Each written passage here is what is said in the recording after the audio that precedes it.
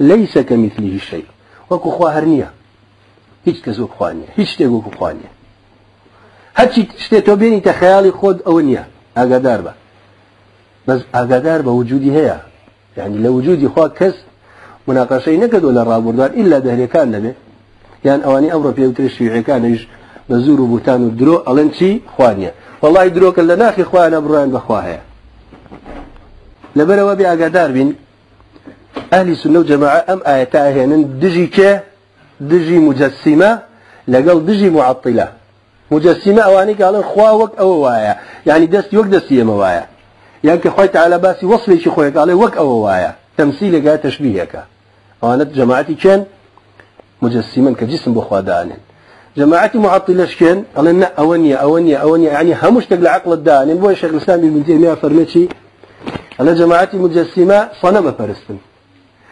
جماعتي معطلش عدم فرستن نبوة فرستن الله أونية باش أونية يتشيا يصف كان إخوة إلغاء كانوا ناهي الله تأويل كان إما التنهاد جوابا بو أواني كوا أشعري وما تريدين وغيري أواني لأهل بدع كصفات إخوة تعالى تأويل كان يعني هرناي الله جهمية كان لنا أسماء وصفات معتزلة كان لنا أسماء بلا بس ببيع صفات عليمة ببيع علم قديرة ببيع قدرة يعني أم عقليتها عشان أشعري وما تريدها حو صفات إيش هش صفة دان بأخوة تعالى وباقي كترينا أو إيش نقبل طريق النقل كتاب السنة بلكو بعقل إخوان الله نبي أخوة صفة حياتي بيشكو نبي أخوة مردبة أبي أخوة علمي هبي نبي أخوة جاهل أبي أخوة سمع وبصري هبي نبي أخوة تعالى نبي استوى نبينا أما أنا بعقل دان يلن أجل القرآن يجني أما هذا بدابنين بمعنى بلام أويك هاتوا بقرآن وبسنة صحيحة بالغاية كانوا لا من غير أم حوته بوهم آيات تباشاك ليس كمثله شيء أما الدجي كيا مقطعي ماياتا مجسمة أو النية كتولي وهو السميع البصير هي معطلة كان هي أشعرية كان هي ما تريد كان كأي وإثبات صفات إخوانا كان بل إخوة تعالى أو صفاتنا أو أسمانك كوا داينا وبخوي وبيغمر داينا عليه الصلاة والسلام لإخوة تعالى وريقتوا تو بإثباتك بلام يكشته بوي نبي بمجسمة بلي نازانم شونه بس أونده جالينا معطلين بأهل السنة للمجسمة يستوى تماشي أماني أمرك كالرأس الله أشعريته لتشيل كردستان خمان تشيل غير كردستان كأهل السنة جماعة باس صفتك لصفتك عن إخوانك كيف قال المجسمة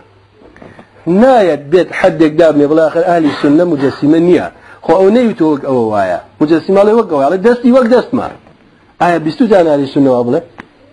كانت الظلمة تبلي مجسمة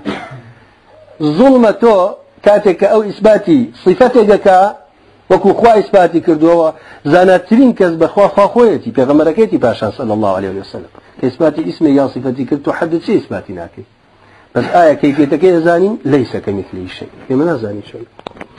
جاه أقدار من وكو قاعدة هرشتك درباري أسماء وصفاتها كعقل تون نيبري هات خلشيت بتويد أو شون أو شون خوات أخوار شون مثلا خوات على دستي شون بلا أمنا شون بو باز أكيد تول عقليتك وباز أكيد يت تمثيل وتشبيه أنت برشاي خود إما أنا خوا وينين وكو خوا هرنية وينين خوا هرنية